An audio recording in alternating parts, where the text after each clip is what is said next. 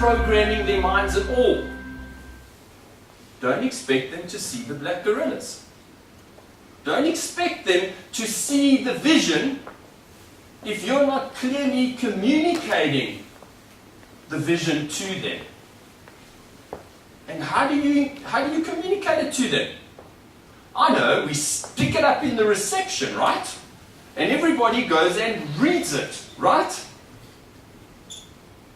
Or is it an engaging process? Is it a process where you actually involve the team and you go away and you allow them to participate in its creation? Now, I've done many strategic sessions with organizations, right?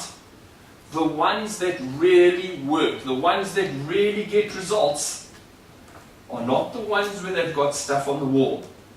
It's the ones where they've actually taken the junior leadership team away and got them involved in, obviously, there's two boundaries. You know, we can't have stuff going on over here, but these are the boundaries that we're creating for you, and now let's support each other to understand the vision. Let's support each other to actually create something that is ours. You've heard the words, right? Around the water cooler.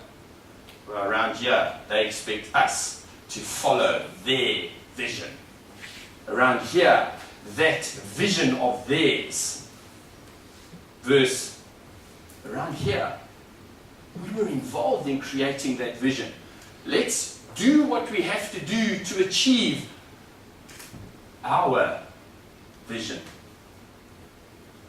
And that's the secret, is how much involvement can you encourage within your team to actually develop the vision. Because once you understand that, the next step is, what culture will support that vision? Tough questions. Once you've got it answered though, your organization will grow exponentially.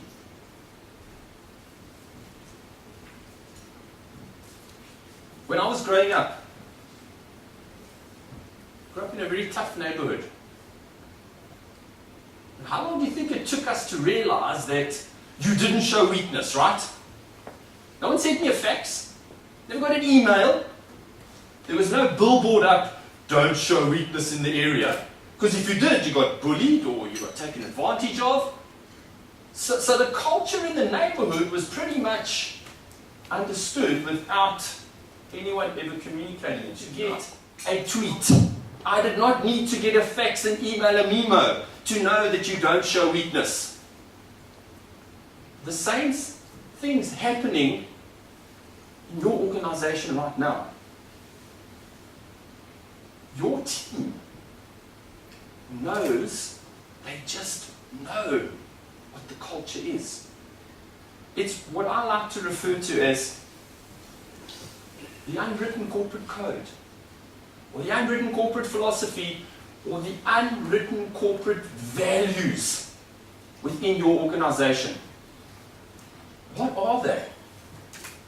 And what's even more scary is, I'm asking you, what are they? If you don't know, or do you think you know? Because that's even more dangerous. Thinking that you know what it is. Because if you don't truly know what that corporate culture is, how can you know whether it's standing in your way or whether it's supporting you to achieve the results that you want? Alaris Medical, anyone heard of them before? You may not have heard of them, but I guarantee you've had one of their products on your body at some point or other. If you've ever visited a doctor who's put a stethoscope on your chest or put a gauze on your body, it's very likely that you've had some kind of Alaris, you've been exposed to some kind of Alaris product. A couple of years back, they were really struggling, and they'd accumulated debt to the tune of about $525 million US dollars.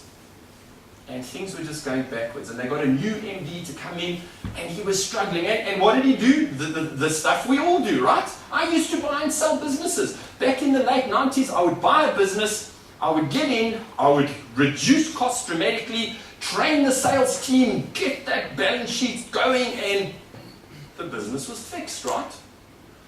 Back then, I never even considered culture. But unfortunately, within Alaris, the culture was this: don't come up around here. Don't come up with any new, innovative, creative ideas, because if they fail, you will be fired. So what did people do? As little as possible. But within that bubble of failure, there was a group of individuals who were performing. And a junior marketing person was sitting, and he was having supper with the CEO, Dave Schockelberg. And he said, what astounds me is even within this bubble of failure, there is a group of people that we refer to as the go-to people. Why is that? Dave went home that weekend and he racked his brain and he started researching on the internet, and he came up with corporate culture.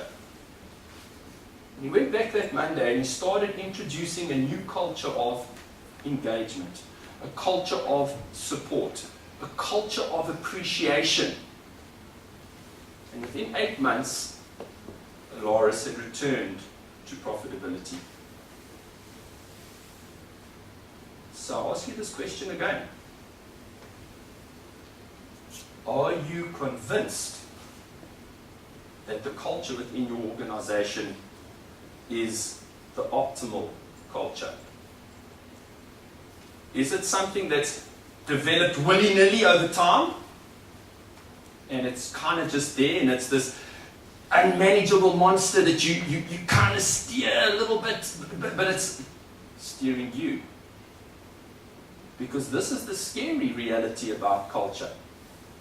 If you are not designing the culture within your organization by design, where you control it, I guarantee you, it is controlling you and your organization.